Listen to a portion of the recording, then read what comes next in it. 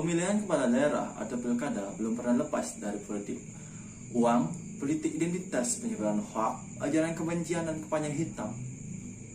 Kalaupun kelimanya tidak muncul sekaligus dalam satu waktu pelaksanaan pesta demokrasi, setidaknya dua, yaitu ini politik uang dan politik identitas selalu ada. Dampak paling ekstrim dari politik identitas ialah terpecahnya di masyarakat hingga menimbulkan konflik-konflik sosial.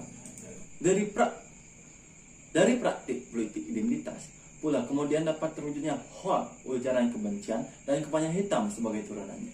Politik identitas bersandar pada sara, suku, agama, ras, dan antar golongan. Atribut-atribut itu sesungguhnya tidak berhubung dengan kualitas calon pemimpin, namun itu mudah dipakai untuk mengaburkan pemilihan dari objektivitas. Politik uang dan politik identitas tidak mengubahnya mental korup dalam berdemokrasi yang sudah begitu mengakar sehingga sulit dikikis. Akan tetapi, bukan berarti lantas kita menyerah dan melakukan pembiaran.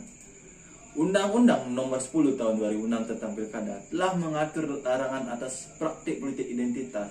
Pasal 26 huruf B menyebutkan kampanye dilarang menghina seseorang, agama, suku, ras, golongan, calon gubernur, dan atau juga partai politik.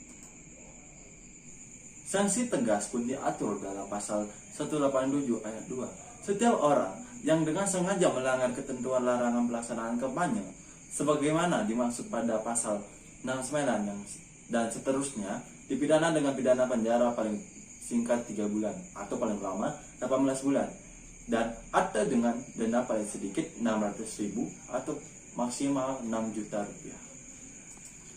10. Dengan pemungutan suara yang jatuh pada 9 Desember mendatang, bukan hanya menghadapi kerawanan politik uang dan politik identitas.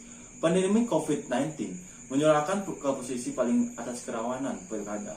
Arti kerja pelanggaran dan pengawasan pilkada semakin berat. Selain pemilihan mendapatkan momentum memilih calon pemimpin daerah yang paling mampu menghadapi krisis semacam wabah penyakit, para pasangan calon harus tampil dengan gagasan yang inovatif, terutama untuk menangani pandemi COVID-19. Tugas pemilih mempelajari betul rekam jejak para pasangan calon dan menyimak gagasan-gagasan mereka, bukan malah menyibukkan diri larut dalam hasutan berbasis sara dan yang lebih buruk lagi ikut menyebarkan hoax.